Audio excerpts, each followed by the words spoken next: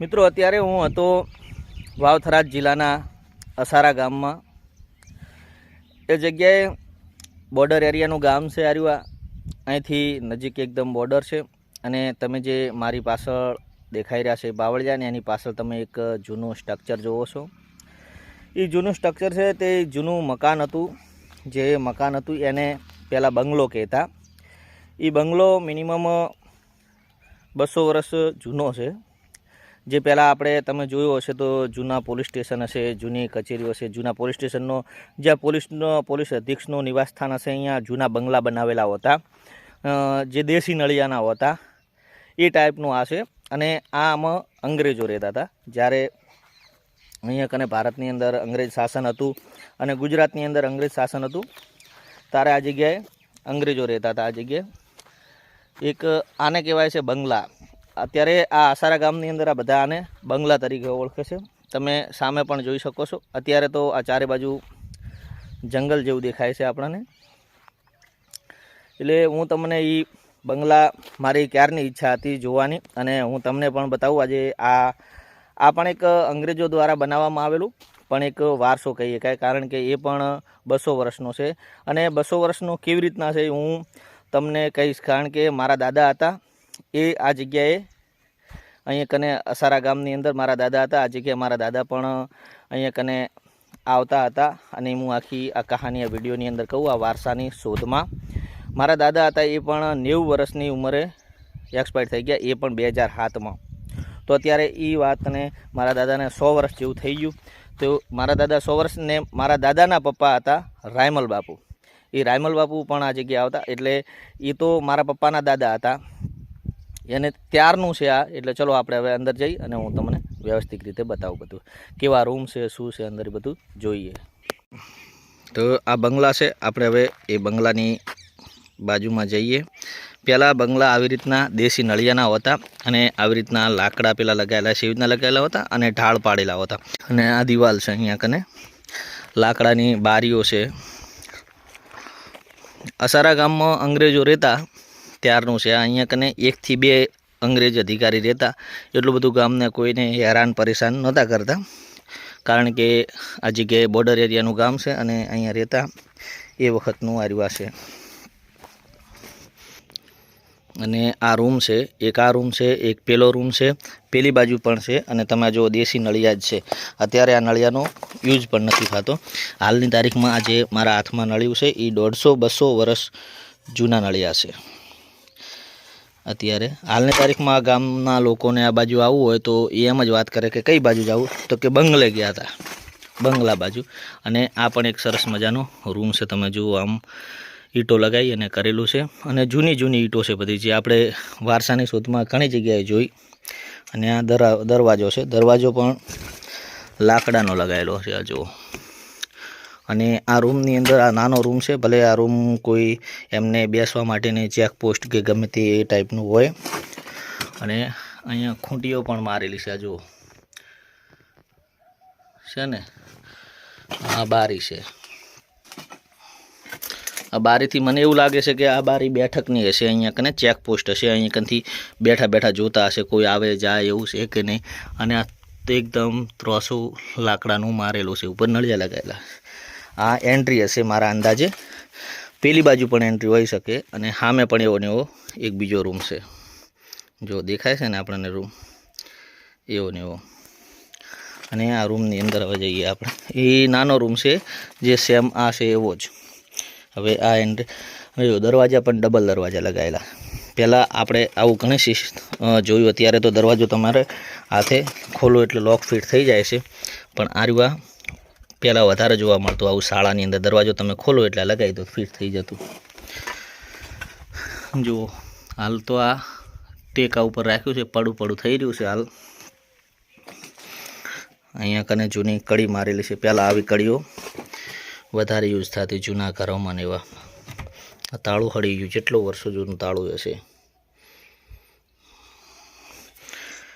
આ દરવાજા, બારીઓ તો જાણે અંગ્રેજો જ્યાં તારના બંધ કરીને ગયા છે તારને કોઈ ખોલી જ નહીં, કારણ કે જો સ્ટોપર મારેલું છે એવું ને એવું, હલતી પણ નથી આપણામથી। અને ક્યાંય સિમેન્ટનો ઉપયોગ તો આમાં પણ નથી. એકદમ જુઓ, એવી ને એવી આ બીજી બારી આ બાજુ છે. સેમ દરવાજો આ જગ્યાએ કંઈક બનાવેલું છે એમનું એ વખતનું. અને આ જો દેશી નળિયા, પછી વાંસ આવે એની ખપાટીઓ લગાવેલી છે અને ઉપર લાકડા મારેલ છે ને આ પટ્ટી મારેલી છે. મને એવું લાગે કંઈક ને પીયુપી જેવું એ વખતમાં કંઈક કર્યું હશે. અને પાછળ જો પાછો તેવું ને એવું અવાવરું વિસ્તાર આવી ગયો. સામે પણ જોવો છે, હજી સુધી યાર 150-200 વર્ષથી આ એમને ઊભું છે. હવે આ બીજો રૂમ જોઈએ. બીજો રૂમ પણ મને એવું લાગે કે સેમ જ બનાવેલો હશે. આ રૂમ પણ સેમ જ છે.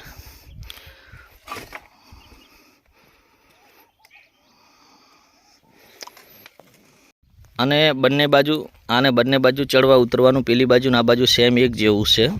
એટલે એન્ટ્રી ગેટ પેલી બાજુ હોઈ શકે ને આ બાજુ, કારણ કે ગામ આ બાજુ છે એટલે એન્ટ્રી આ બાજુથી થતી હશે. અને ઉપર લગાવેલું છે જો પેલું ટાવર જેવું, એ ખબર નથી શાના માટે લગાવ્યું છે, પણ કોઈ એનો ફ્લેગ બીજો લગાવેલો હોય ગમે તે હોય એવું એ ટાઈપનું અહીંયા લગાવેલું છે એમણે. મિત્રો આ અંગ્રેજો બનાવીને ગયા, પણ હું મારા મતે આને પણ એક વારસો જ ગણું છું. અને આ રૂમ પણ આપણે હવે જોઈએ. મિત્રો આ જગ્યાએ મારા દાદા રામસિંહ બાપુ એ આ જગ્યાએ આવતા અને જે દરજી કામ કરતા હતા. એટલે ગામની અંદર દરજી હોય એટલે એ બાજુ ગમે તે જગ્યાએ કામ તો એમને ગામનું કરવું પડે, એટલે અંગ્રેજ અધિકારીઓ અહીં રહેતા એમનું પણ કામ કરતા.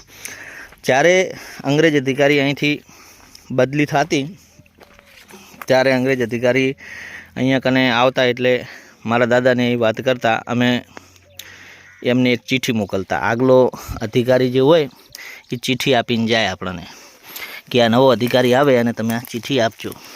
તો એ ચિઠ્ઠી મારા દાદા એ અધિકારીને આપતા. એટલે એ અધિકારી સામેથી મારા દાદાને એક મુઠ્ઠી અથવા એક પોહલી ભરીને હાકર આપતા. એટલે કહેવાય એવું છે કે આપણે એકબીજા હાકરની જેમ હળી મળીને મીઠા થઈને રહીશું. જો આ પણ બહુ મોટી રૂમ છે. આ સળંગ એક રૂમ છે, હોલ છે, અને બાજુમાં એક રૂમ છે જે અત્યારે ખુલતી નથી. અહીં કને 3-4 દરવાજા છે, 1 2 આ 3 અને 4 દરવાજા. જ્યારે પારસીઓ ભારત આવ્યા એટલે એમણે પેલા રાજાને દૂધનો કટોરો મોકલ્યો હતો. રાજાએ દૂધનો કટોરો ભરીને મોકલ્યો હતો કે અમારા રાજ્યની અંદર જગ્યા નથી તમારા માટે, અમારું ફૂલ ભરેલું છે, ખચોખચ અમારી પબ્લિક અમે બધા છીએ. તો એમના પારસીઓના એક વિદ્વાન માણસ હશે, એમણે એ દૂધના કટોરાની અંદર સાકરનો ટુકડો મૂકીને આપ્યો. અને એવું એટલે કહેવાનો અર્થ એવો હતો કે જેવી રીતના સાકર દૂધમાં ભળી ગઈ છે એમ અમે પણ તમારી સાથે ભળીને રહેશું. એવી રીતના અંગ્રેજ જ્યારે અધિકારી નવો આવતા એટલે મારા દાદા છે આમ ચિઠ્ઠી મોકલે, એના ટેબલ ઉપર મૂકે કે આ આપણે અહીંયા કામ કરે છે અને સિલાઈનું કામ કરે.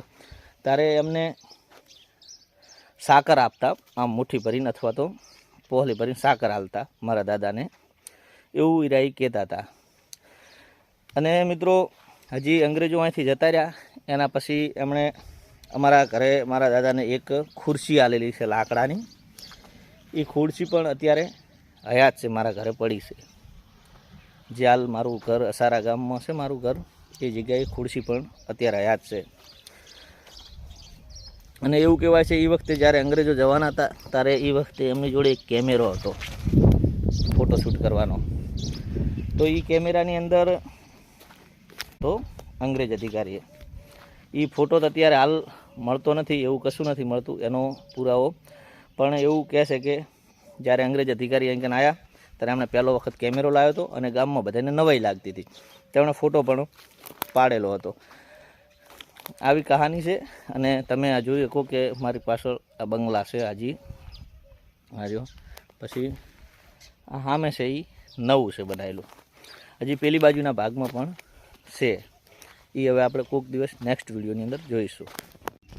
અને આપણે બંગલાથી આ બાજુ આવ્યા એટલે આ બાજુ બનાવેલું છે. આ બધી કોઈ શાળા બીજી હોય કે શું હોય ખબર નથી એ વખતની. કોઈ જાણકાર હોય તો કોમેન્ટ કરજો અંદર, કારણ કે લગભગ પહેલેથી કરી અને શેક સામે ઊંધી 20 થી 25 ઓયડા બનાવેલા છે. એ પણ જૂની સિસ્ટમ છે અને નળિયાવાળા છે. એટલે જો કારણ કે અહીં નંબર પણ મારેલો છે 5 નંબરને એવું. એટલે આ હોઈ શકે કદાચ ને કોઈ વખતની શાળા બીજી પણ હોય કદાચ ને એના પછી બનાવે. કારણ આર્યું આ કામકાજ એટલું બધું જૂનું નથી, પણ છે એની બાજુમાં જ લોખંડના દરવાજા છે. ઉપર 5 નંબર લખેલ છે અહીં કને, અને ઉપર બધું આ કામકાજ લાકડાનું કરેલું છે. જે આ લાકડું છે, ઉપર વિલાયતી નેવા છે. એટલે આ કામકાજ બધું પછીનું છે. આવડો રૂમ છે બનાવેલો આ, અને રૂમની અંદર એક બીજો રૂમ છે. આ બાજુ સંડાસ બાથરૂમ બનાવેલા છે. આ રસોડું છે અને પાછળ ગેલેરી છે. તો આવું બધું છે. એટલે કે જો આ રસોડું છે કમ્પ્લીટ પ્લેટફોર્મ, પાછળ ગેલેરી, આ સંડાસ બાથરૂમ, અને આ કોઈ બેડરૂમ જેવું હોય, અને આ લિવિંગ રૂમ હોય. પણ એટલે આવું બધું છે. એટલે આ કદાચ અને શાળા પણ હોઈ શકે, ના પણ હોઈ શકે. મારા અંદાજે આવું બધું હોય તો શાળા ના હોઈ શકે. આ એક રૂમમાં આવું છે, દરેક રૂમમાં આવું જ છે. એક રૂમ જોયો એટલે આપણને દરેક રૂમ એવા જ છે. પણ આ વખત તો એ વખતમાં શું હતું એ આપણને ખબર નથી, કારણ કે હું તો વર્ષોથી આ જોઉં છું આની રીતે. બધા રૂમ સેમ એવા જ છે, જુઓ એક જેવા. આ પણ જો અંદર છે, જૂનું છે. આ પણ બહુ આ મોટા મોટા રૂમ છે. અંદર હોલ છે. ઉપર એનું જ વિલાયતી નળિયા અને લકડાનું બનાવેલું છે. જો લકડાના પિલર મારેલા છે, કુંભીઓ બધે. આ જગ્યાએ જવા આવવાનું હતું, અને જે બંગલો હતો ને એને અહીંયા કને ખપેટું મારેલી હતી.